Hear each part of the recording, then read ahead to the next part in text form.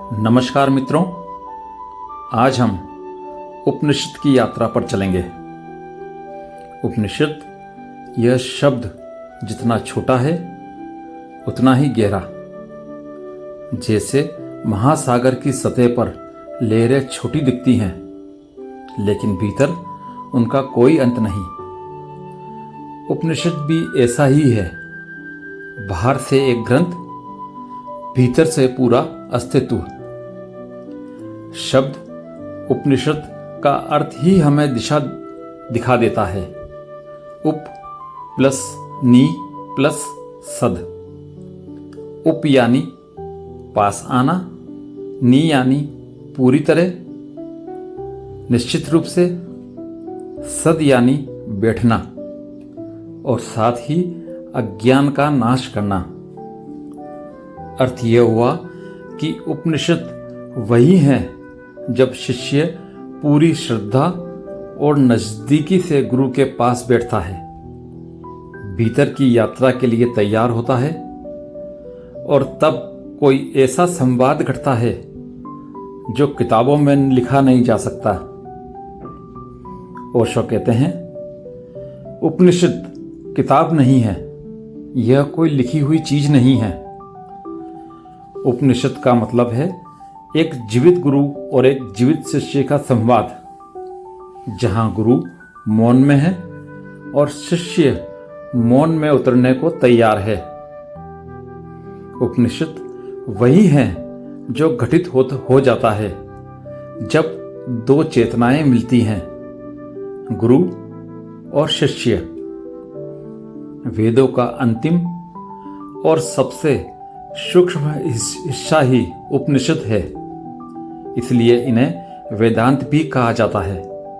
लेकिन वेदांत का अर्थ यहाँ किसी किताब का अंत नहीं, बल्कि खोज का अंत है, प्रश्नों का अंत है, जहाँ सब प्रश्न मौन हो जाते हैं और केवल अनुभव बचता है। ओशो की दृष्टि में उपनिषद कोई धर्मशास्त्र नहीं है। यह न नियम है, न बंधन है, न पूजा है, न प्रार्थना। उपनिषद तो उस क्षण का नाम है जब आप पहली बार भीतर झांकते हैं और अचानक यह जान जाते हैं कि जो सत्य आप खोज रहे थे वह कहीं बाहर नहीं, आपके ही भीतर है। ओशो ने कहा, उपनिषद मौन की भाषा है। अगर तुम सचमुच सुन सको तो उसमें शब्द नहीं मिलेंगे, उसमें मौन मिलेगा। शब्द तो बहाना है, वास्तविक संदेश मौन में है। और सच भी है, उपनिषद की सबसे बड़ी शक्ति उसका मौन है। जब यमराज नचिकेता को मृत्यु का रहस्य बताते हैं, जब श्वेत केतु को उसके पिता तत्वमसि कहते हैं तू वही है, तो वे शब्द नहीं, मौन का कंपन थे। उपनिषद हमें कहते हैं, मनुष्य का जीवन संघर्ष नहीं है, जीवन एक उत्सव है, लेकिन इस उत्सव को देखने के लिए आँख चाहिए, और आँख तभी खुलती है जब मनुष्य अपने भीतर की यात्रा शुरू करता है। ओशो अक्सर कहते थे कि उपनिषद दर्शन नहीं है। दर्शन में प्रश्न होते हैं, तर्क होते हैं, उत्तर होते हैं। उपनिषद में उत्तर नहीं है, वहाँ अनुभव है। वे तुम्हें यह नहीं कहते कि ब्रह्म है या नहीं है, वे तुम्हें तुम्हारे भीतर उस ब्रह्म का स्वाद चखाते हैं। और यही कारण है कि उपनिषद अमर है। वे किसी खास समय, खास जगह या खास व्यक्ति तक सीमित नहीं हैं। वे आज भी उतने ही ताजा हैं जितने हजारों साल पहले थे। अगर तुम मौन में उतर सको तो पूरा अस्तित्व उपनिषद बन जाता है। हवा की सरसराहट, पक्षियों की चहचहाट, झरने की कलकल, सब कुछ उपनिषद बन जाते हैं। उपनिषद तो एक द्वार है जो भीतर की ओर खुलता है। गुरु शिष्य का संवाद, मौन की गूंज, आत्मा की यात्रा, यही उपनिषद है। अब हम प्रवेश करते हैं उस मूल में जिसे उपनिषदों का हृदय कहा जा सकता है। हमने जाना कि उपनिषद क्या है, मौन में घटने वाली एक घटना। लेकिन अब सवाल यह है कि उपनिषद हमें सिखाते क्या हैं, उनका संदेश क्या है। ओशो कहते हैं, उपनिषद सत्य की खोज नहीं है, वे सत्य की घोषणा है। खोज वहां होती है जहां अंधेरा है। उपनिषद में कोई अंधेरा नहीं है, वहां केवल प्रकाश है। वे कहते हैं, तू वही है, तत्वमसि। और यह घोषणा इतनी अद्भुत है कि अगर तुम इसे सुन सको तो उसी क्षण तुम्हारा रूपांतरण हो सकता है। उपनिषदों का केंद्रीय सूत्र है आत्मा और ब्रह्म का एकत्व। आत्मा यानी मैं कौन हूं, ब्रह्म यानी यह जगत क्या है। और उपनिषद हमें बताते हैं कि दोनों अलग नहीं हैं। अहम ब्रह्मस्मि, मैं ही ब्रह्म हूं। ओशो इस पर बड़ी सुंदर बात कहते हैं। उपनिषदों ने पहली बार यह साहस किया कि मनुष्य को कहा जाए तू ईश्वर है। यह बात दुनिया के किसी और धर्म ने इतनी सीधे सीधे कभी नहीं कही। वे सब कहते हैं ईश्वर कहीं ऊपर है, तुझसे दूर है।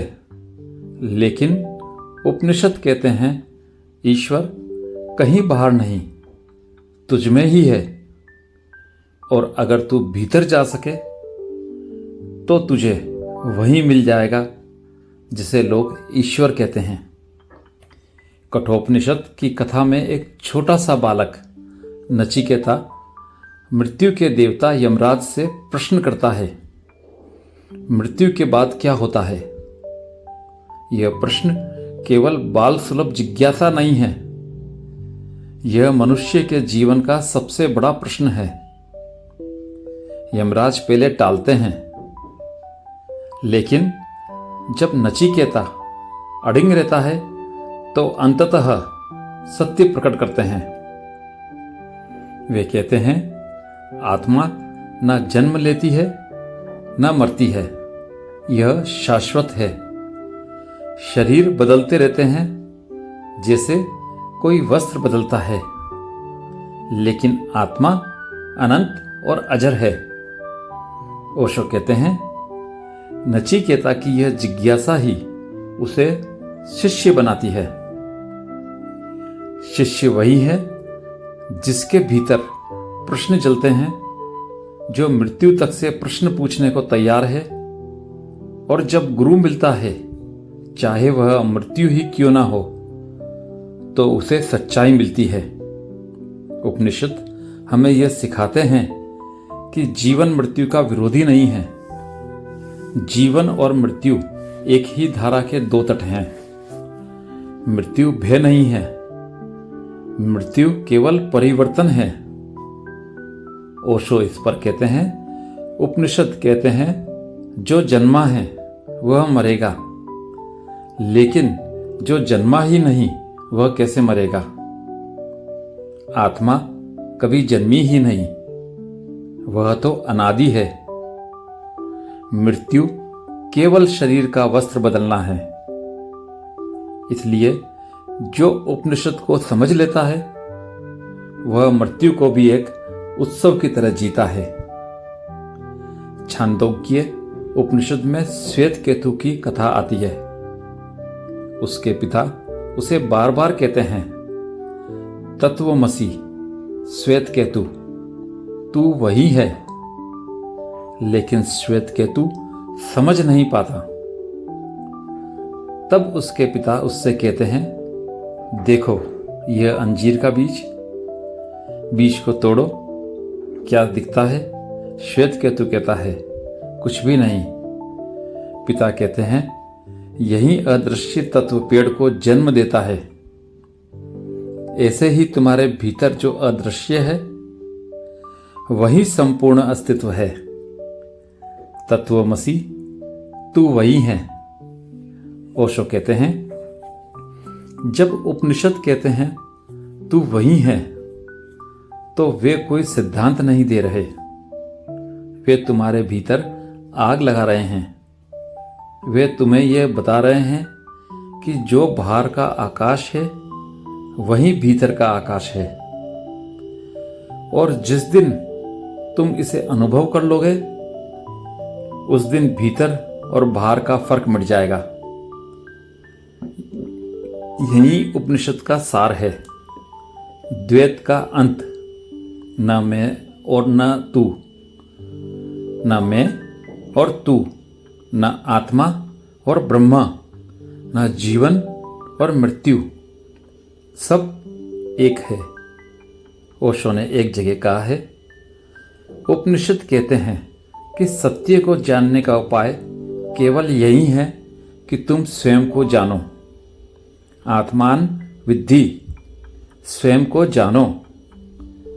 और जैसे ही तुम अपने को जान जाते हो, तुम्हें पता चलता है कि तुम वही हो जिसे लोग ब्रह्म कहते हैं। तब सारी खोज समाप्त हो जाती है, केवल आनंद बचता है। उपनिषद हमें भीतर की ओर मोड़ते हैं। वे हमें कहते हैं, तुम कोई छोटे, असहाय, नश्वर प्राणी नहीं हो, तुम स्वयं ब्रह्म हो। यह पहचान ही मुक्ति है। अब हम इस यात्रा के अंतिम पड़ाव पर हैं। उपनिषद की प्रस्तावना हमने देखी, उसके सार को ओशो की नज़र से समझा, और अब समय है समापन का। लेकिन ध्यान रहे, उपनिषद में समापन कोई अंत नहीं है। उपनिषद तो हर अंत पर नया आरंभ है। ओशो कहते हैं, उपनिषद अंत नहीं है, उपनिषद तो एक दरवाजा है। तुम वहां पहुंचो और अचानक पाओ कि अब तक जो तुम बाहर खोज रहे थे वह भीतर ही बैठा था। यह खोज वहीं पूरी होती है जहां तुमने स्वयं को पा लिया। उपनिषद का सबसे गहरा संदेश यह है कि सत्य कोई बाहर की चीज नहीं, सत्य तुम हो। मैं ही ब्रह्म हूं, तत्वमसि, तू वही है। ओशो कहते हैं, ध्यान से सुनो। उपनिषद जब कहते हैं तू वही है, तो वे तुम्हें ईश्वर का दास नहीं बनाते, वे तुम्हें ईश्वर स्वयं बना देते हैं। उपनिषद तुम्हें ऊंचा उठाते हैं, तुम्हारी गरिमा को स्वीकार करते हैं। दुनिया के सारे धर्म तुम्हें छोटा करते हैं, कहते हैं कि तुम पापी हो, दोषी हो, तुम्हें प्रार्थना करनी होगी। लेकिन उपनिषद कहते हैं, तू शुद्ध है, तू अनंत है, तू ही ईश्वर है। यही उपनिषद की अद्वितीयता है।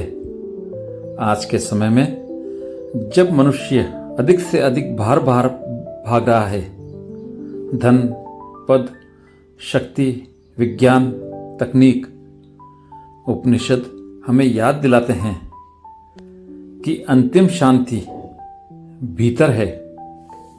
ओशो कहते हैं, तुमने बाहर सब खोज लिया है, लेकिन भीतर झांकने का साहस नहीं किया। उपनिषद कहते हैं, भीतर आओ, और जब तुम भीतर आते हो तो पाते हो कि सारा अस्तित्व तुम्हारे साथ गा रहा है। तभी जीवन उत्सव हो जाता है। उपनिषद हमें मृत्यु से भी मुक्त करते हैं। ओशो कहते हैं, उपनिषद का शिष्य मृत्यु से डरता नहीं, क्योंकि वह जानता है कि मृत्यु है ही नहीं। जो मरता है वह शरीर है, जो कभी जन्मा ही नहीं वह आत्मा कैसे मरेगी। उपनिषद मृत्यु को उत्सव मानते हैं, जैसे कोई घर बदल रहा हो। यह दृष्टि मनुष्य को पूरी तरह रूपांतरित कर देती है। तब ना कोई भय रह जाता है, ना कोई लालच। उपनिषद कहते हैं, न तुम्हें कहीं जाना है, न कुछ पाना है। तुम वही हो जिसकी खोज कर रहे हो। यही पहचान मुक्ति है। समापन में एक और महत्वपूर्ण बात, उपनिषद केवल शब्द नहीं है, केवल दर्शन नहीं है। ओशो कहते हैं, उपनिषद को समझना है तो उसे जीना होगा। किताब पढ़ने से कुछ नहीं होगा। उपनिषद का अर्थ है मौन में उतरना। जब तुम ध्यान में बैठते हो, जब मन रुक जाता है, जब भीतर केवल शांति बचती है, वही उपनिषद है। इसलिए उपनिषद कोई अतीत का अवशेष नहीं है। यह हर उस क्षण में जीवित है जब तुम मौन में हो, जब तुम ध्यान में बैठते हो और अचानक तुम्हें लगता है कि भीतर सब शांत है, सब थम गया है। वही उपनिषद है। जब किसी वृक्ष को देखकर अचानक तुम्हें लगे कि तुम और वृक्ष अलग नहीं हो, वही उपनिषद है। जब तुम प्रेम में डूब जाते हो और मैं मिट जाता है, वही उपनिषद है। ओशो कहते हैं, उपनिषद मौन का गीत है। इसे शब्दों से मत पकड़ो, इसे जियो। और अगर एक बार यह गीत तुम्हारे भीतर गूंज गया, तो फिर तुम्हारे जीवन में केवल आनंद, केवल शांति और केवल करुणा बचेगी। तो मित्रों, उपनिषद हमें बाहर से भीतर ले जाते हैं। वे हमें कहते हैं कि जो सत्य है वह कोई और नहीं, वह तुम स्वयं हो। वे हमें मृत्यु से मुक्त करते हैं, वे हमें भय से मुक्त करते हैं, वे हमें द्वैत से मुक्त करते हैं। अब प्रश्न यह है कि क्या हम इस संदेश को केवल सुनकर आगे बढ़ जाएंगे या इसे जीने का साहस करेंगे? क्या हम भीतर उतरेंगे, मौन में प्रवेश करेंगे और अपने ही अस्तित्व में उस अनंत को खोजेंगे जिसे उपनिषद ने ब्रह्म कहा है?